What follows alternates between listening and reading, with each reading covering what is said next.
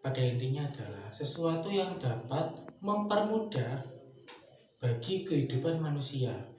Jadi apapun itu yang dapat mempermudah untuk kehidupan manusia memproses sesuatu atau apapun itu adalah teknologi.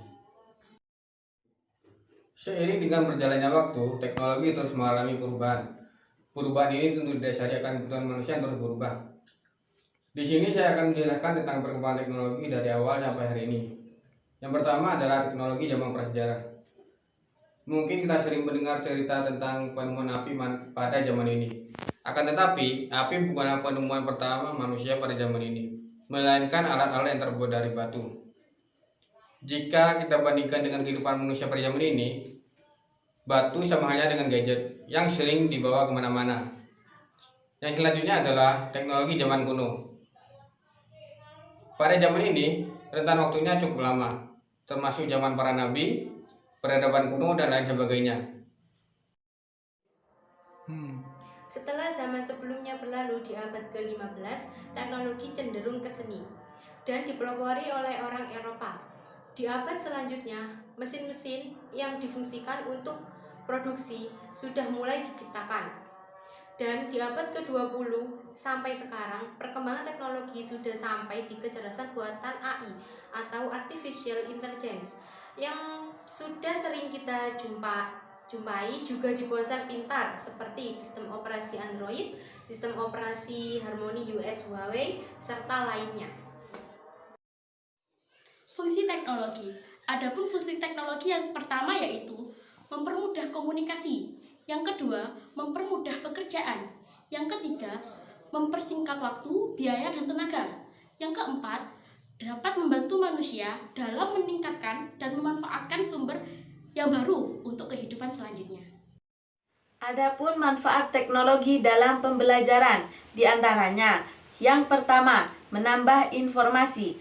Yang kedua, meningkatkan kemampuan belajar. Yang ketiga, memudahkan akses belajar. Yang keempat, materi lebih menarik. Dan yang kelima, meningkatkan minat belajar. Jenis-jenis teknologi. Yang pertama, teknologi komunikasi, yang mana teknologi ini digunakan untuk menyampaikan informasi dari satu tempat ke tempat yang lain. Contohnya, ada dua orang yang berbeda negara tetapi mereka masih bisa berinteraksi satu sama lain. Hal ini dikarenakan adanya teknologi komunikasi ini. Contohnya seperti handphone yang dapat memudahkan kita berkomunikasi. Yang kedua, teknologi konstruksi, yang mana teknologi ini digunakan untuk memperluas struktur konstruksi, baik itu bangunan ataupun konstruksi beban berat, contohnya ekskavator. Selanjutnya ada teknologi medis, yang dimana teknologi medis ini digunakan untuk menemukan obat-obatan dan teknologi-teknologi pengobatan yang canggih seperti di zaman sekarang ini. Yang terakhir yaitu teknologi bisnis, yang dimana teknologi bisnis ini digunakan untuk jual beli ataupun mempromosikan barang lewat sosial media tanpa harus kita membaca koran dan pergi ke pasar tersebut. Terima kasih. Dengan adanya teknologi dalam kehidupan kita, aktivitas dan pekerjaan kita dapat terlaksana dengan mudah dan efisien. Contoh teknologi dalam kehidupan sehari-hari. Yang pertama, handphone. Sudah tidak asing lagi bagi kita dengan teknologi yang satu ini. Handphone bermanfaat untuk media komunikasi jarak jauh, penyimpanan data, dan sebagai media untuk mencari informasi melalui internet. Yang kedua, internet bermanfaat untuk menambah wawasan dan pengetahuan, karena dengan internet kita dapat mengakses berbagai macam informasi.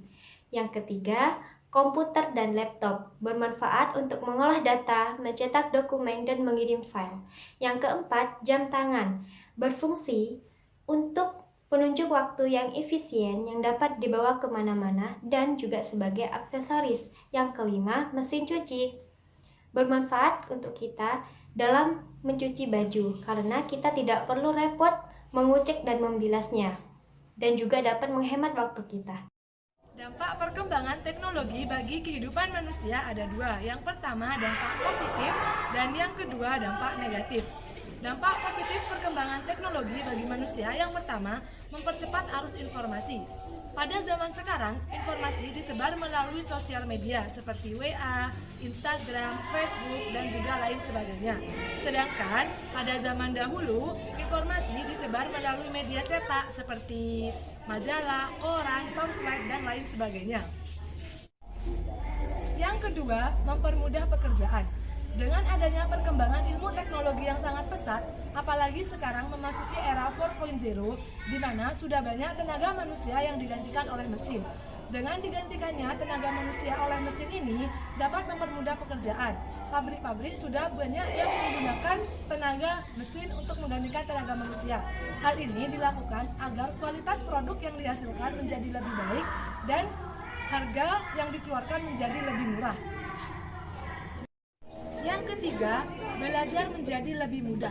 Pada zaman sekarang sudah banyak aplikasi-aplikasi pembelajaran seperti Ruang Guru, Zenius, dan juga lain sebagainya. Dengan aplikasi ini dapat mempermudah para siswa ataupun mahasiswa dalam proses pembelajaran. Yang keempat, adanya pasar online. Pada zaman sekarang sudah banyak aplikasi berbelanja online seperti Shopee, Lazada, dan lain sebagainya. Dengan adanya aplikasi berbelanja online ini, kita dapat berbelanja dengan mudah dan juga cepat. Dan harga yang kita peroleh di aplikasi berbelanja online ini lebih murah daripada harga yang ada di pasar lokal. Di sini kita akan membahas materi yang terakhir, yaitu dampak negatif dari perkembangan teknologi. Dampak negatif yang pertama yaitu peran manusia tergantikan oleh teknologi. Lah kok bisa sih? Bisa dong. Dikarenakan perkembangan teknologi yang sangat pesat, pekerjaan apa sih yang tidak bisa dilakukan oleh teknologi? Misalnya dalam bidang pertanian, pertambangan, konstruksi, dan lain-lain. Nah, akibatnya sekarang manusia banyak yang pengangguran dan sulit untuk mencari pekerjaan. Dampak negatif yang kedua yaitu kecanduan gadget. Hayo ngaku, kalian termasuk orang yang kecanduan gadget apa enggak nih? Yang suka main game online, suka scroll TikTok sampai malam, mana suaranya?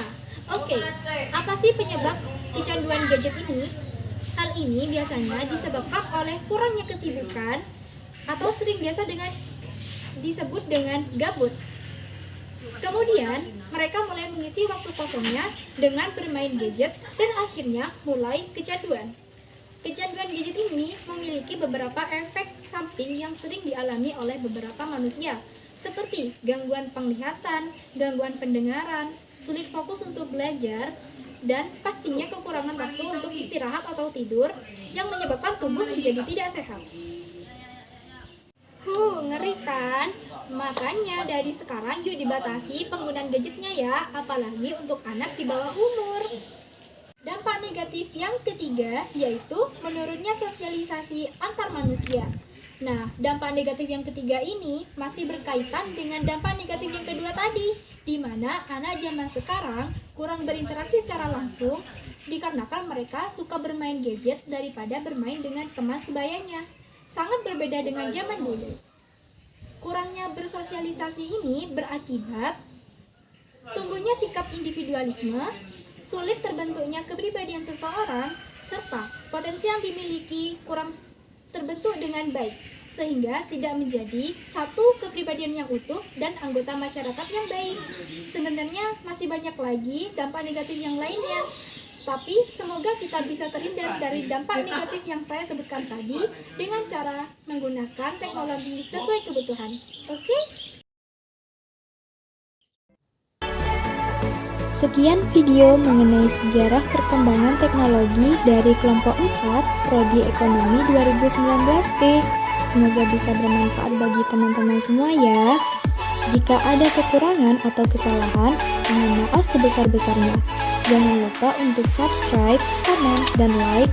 Juga share video ini ke teman-teman kalian ya. Terima kasih.